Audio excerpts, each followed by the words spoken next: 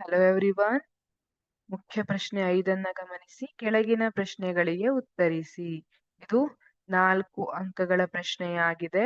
ಅದರಲ್ಲಿ 11ನೇ ಪ್ರಶ್ನೆ ಸಂಖ್ಯೆ, ಅದರಲ್ಲಿ ಎ, ಜೌಲ್ನ ಉಷ್ಣೋತ್ಪಾದನಾ ನಿಯಮವನ್ನು ನಿರೂಪಿಸಿ ಮತ್ತು ವಿದ್ಯುತ್ತಿನ ಉಷ್ಣೋತ್ಪಾದನಾ ಪರಿಣಾಮದ ಮೇಲೆ ಕಾರ್ಯನಿರ್ವಹಿಸುವ 4 ಸಾಧನಗಳನ್ನು ಹೆಸರಿಸಿ.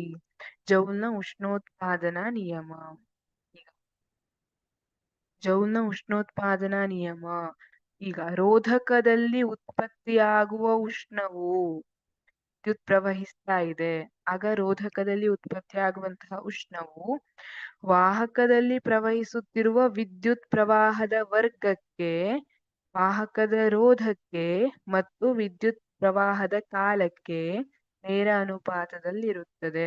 ನೀವು H=I²RT ಅನ್ನುವಂತಹ ಫಾರ್ಮುಲಾವನ್ನ ನೆನ್ಪಿಟ್ಕೋಬಿಟ್ರೆ ಇದನ್ನ ಬಹಳ ಸುಲಭವಾಗಿ ಬರಿತೀರಿ. H ಅಂದ್ರೆ ಉಷ್ಣ, ಬಿಡುಗಡೆಯಾದ ಉಷ್ಣ. I ಅಂದ್ರೆ ವಿದ್ಯುತ್ ಪ್ರವಾಹ, R ಅಂದ್ರೆ ರೋಧ, T ಅಂದ್ರೆ ಕಾಲ. ಈಗ ಉಷ್ಣವು ಎಲ್ಲಿ, ಯಾವ ಉಷ್ಣ ಅಂತಂದ್ರೆ ರೋಧಕದಲ್ಲಿ ಉತ್ಪತ್ತಿಯಾಗುವ ಉಷ್ಣ.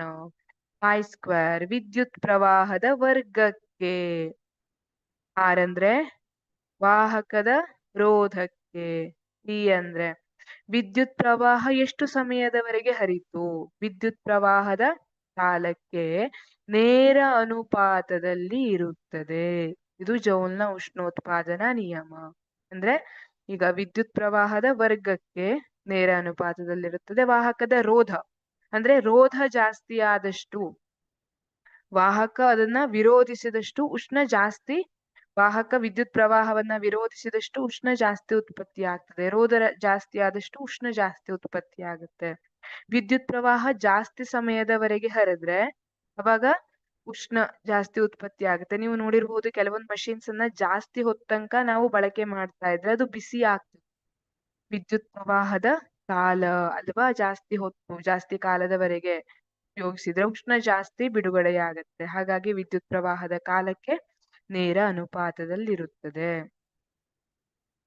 ಹಾಗಿದ್ರೆ ಈ ಉಷ್ಣೋತ್ಪಾದನಾ ಪರಿಣಾಮದ ಮೇಲೆ ಕಾರ್ಯನಿರ್ವಹಿಸುವ 4 ಸಾಧನಗಳು ಯಾವ್ಯಾವುದು?